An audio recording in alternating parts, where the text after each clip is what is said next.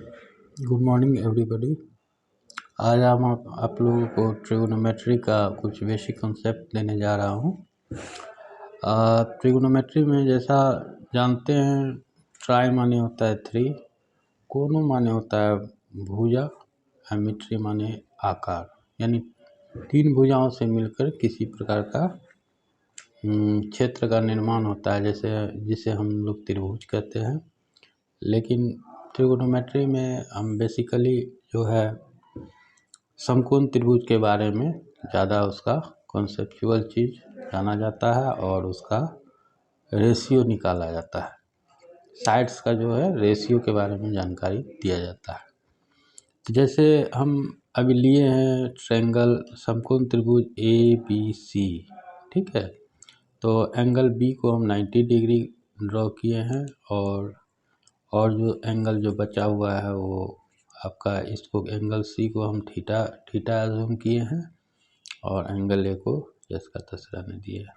अब इसमें बेसिकली जानने के लिए सबसे पहले ये होता है कि समकोण त्रिभुज में जो साइड्स होते हैं उस साइड में कौन कौन से साइड को क्या कहा जाता है।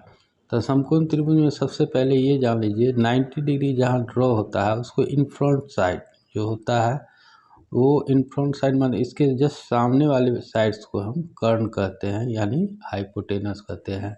इसको स्मॉल h से डिनोट किया जाता है। जो थीटा हम अज्यूम किए हैं, आई जो हॉरिजॉन्टल लाइन के साथ जो ये थीटा ड्रॉ हुआ है उसको हम आधार बोलते हैं और जिसको इंग्लिश में बेस कहा जाता है और इसको स्मॉल b से डिनोट करते हैं। और ये थीटा के जस्ट सामने वाले साइड्स जो होते हैं, थीटा एंगल जो अज्यूम किए हुए हैं एंगल C को, उसके जस्ट सामने वाले साइड्स को हम लंब कहते हैं, जिसको हम परपेंडिकुलर और इसको स्मॉल p से डिनोट करते हैं। अब इसी समकोण त्रिभुज के बारे में एक गणितज्ञ थे हमारे, वो उसका नाम था पाइथागोरस।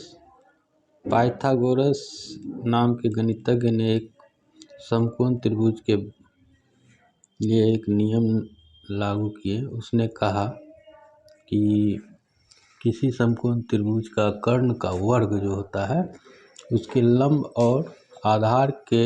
लंब के वर्ग और आधार के वर्ग के योगफल के बराबर होता है। जैसे इसे मैथमेटिकल टर्म में इस तरह लिख सकते हैं कि हाइपोटेनस का वर्ग जो होता है बेस के वर्ग प्लस परपेंडिकुलर के वर्ग के बराबर। ये आपका समकोण त्रिभुज का जो पाइथागोरस प्रमेय है, इसका फार्मूला जो हमारे हमको ट्रिगोनोमेट्री में बराबर ज़रूरत पड़ेगा, इसीलिए इसको सबसे पहले जानना जरूरी है। तो इसी फार्मूला से हम जो चीज़ h का वैल्यू अगर निकालना रहे हाइपोटेनस का यानी कर्ण का, तो ये square root of b² plus p² बन जाता है। तो एक फार्मूला ये आपको हो गया, ठीक है। दूसरा फार्मूला आपको अगर बेस निकालना है तो बेस निकालने के लिए इसी मेन फार्मूला से ही बनता है h² माइनस p²। ये सेकेंड फार्मूला ड्रॉ हो गया। तीसरा फार्मूला आपको इसी बेसिक फार्मूला से ड्रॉ कर रहे हैं, आपको परपेंडिकुलर जिसको लंब कहा जाता है, square root of h² minus p² हो गया। मतलब पाइथागोरस प्रमेय से हम 3 फार्मूला को ड्रॉ कर दिए। अब ये हो गया ये।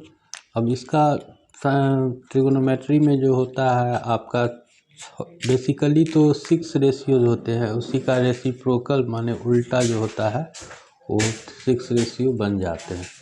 यानी ट्रिगोनोमेट्री रेशियो जो होता है आपको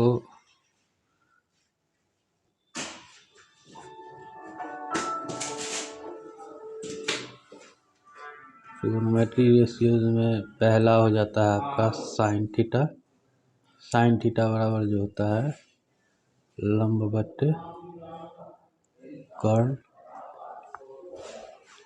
जिसको कहा जाता है p/h दूसरा होता है कॉस थीटा। कॉस थीटा जो होता है आधार बट्टे कर्ण।